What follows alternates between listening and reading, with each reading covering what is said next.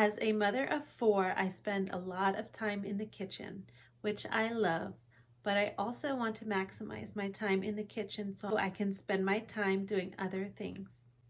Here are some tips I've learned along the way. Think big. Make more. You'll be happy to have leftovers the next day, especially if one of you is going to work the next day or your kids need to go out and have a packed lunch. When you're done with the meal, pack them into ready portions for whoever needs it and put it in the fridge. That way it's all ready the next morning. As a busy mom, I'm always happy to see a ready cooked meal in the fridge when I'm hungry. I don't need to prepare anything again, and it's just there ready to go. If after 2-3 days those leftovers are still in there, chances are no one wants them. Give them to your dogs or your chickens or the earth, your compost, or just throw them away. Make space in your fridge. Keep your fridge simple and organized. The less clutter, the more you'll be able to think about what meal you want to make next. Okay, once you get into your kitchen and you're ready to get started, have a little game plan. If you know you're making pasta and meatballs, get the water boiling, get the meatballs in the oven, and then clean as you go. We don't want to start cleaning and then, okay, now the kitchen's perfect and I can get started. No, do what you can first. And as things are boiling or heating up, or have your child, if they want help shredding cheese while you're putting things away as you go. 2 for the price of 1. So say you're putting broccoli in your baked ziti for later.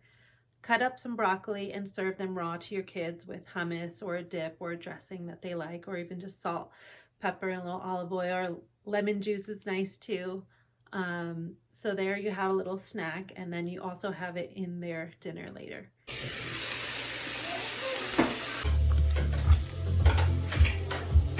If you're cutting up an onion and the recipe only calls for half an onion, cut up the whole onion, save the rest in a little Tupperware for later. You can always throw that into your omelet the next morning or another meal. Onions come in handy all the time. Sometimes I like to just chop up 2 or 3 onions at a time and just have them chopped in the fridge and ready to go whenever I need an onion for soups or stews or casseroles, omelets, stir fries, the list goes on. With my 4 kids, some like things raw, some like them cooked, some like them blended in, some don't. So it can get a little tricky, but I just keep trying. They say it takes about 10 times for a child to try something till they like it. So if they say they don't like it at first, don't give up. Keep trying. Keep adding it into dishes or hiding it into wraps so that at least they're getting the flavor. And one day they might be like, oh, I love this. And other weeks they're like, oh, I hate this, even though they were eating it the past week. So don't give up and try and bring your veggies into different things.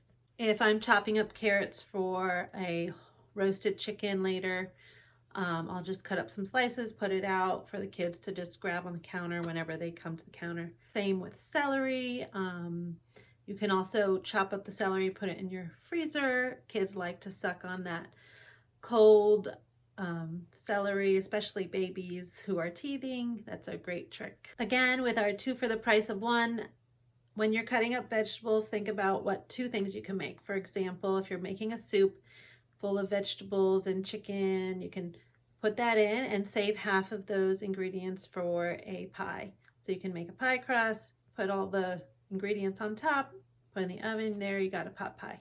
If your kids pour a huge bowl of cereal and they only eat half of it and you don't want to waste it, and you know someone can get those nutrients in, maybe make a smoothie in an hour or 2 and put that in. They'll love it. Leftover oatmeal, you can save that and add it into oatmeal cookies or your smoothie. If you're making bacon for breakfast, cook the whole tray. Save what's not eaten, chop it up for a salad later, or chop it up, put it in a potato casserole later. You can save the bacon for BLTs. Just be creative, keep thinking, make more. Then when you have these fresh, ready ingredients, it'll be easier and you won't have as much to do with the prepping and cooking. Another option with the chicken soup, you can save what's left and pour it into a rice dish the next day. You can bake the rice or cook the rice If you're making a vegetable stir fry, save those veggies for the next day, make an omelet, add some cheese, and put it on a nice piece of bread.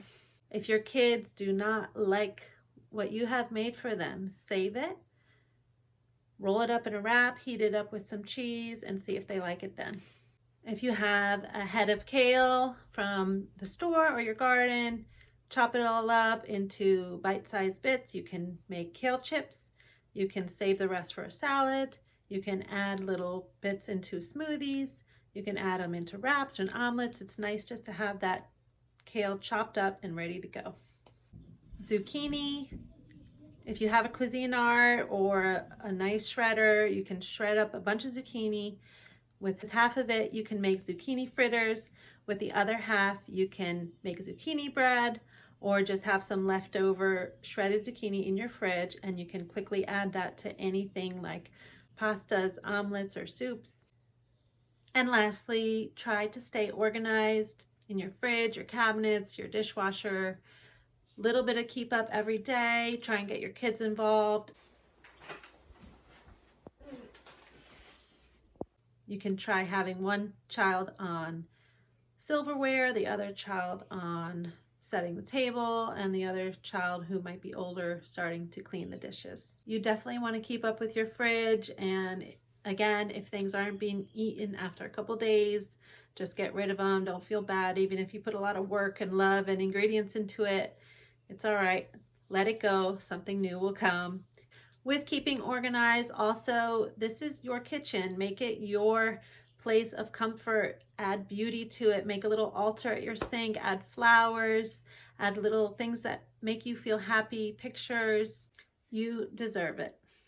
I have a country cooking playlist that I like to play while I'm cooking so I can feel good, that I'm putting good energy into my food, and it's a happy process.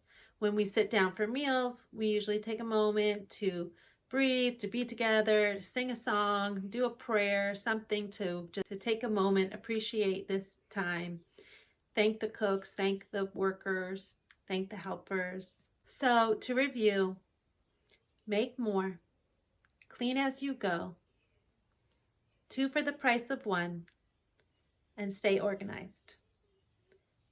Have fun and good luck. Please comment if you have any questions, and help by liking and subscribing so I can share more videos like this with you.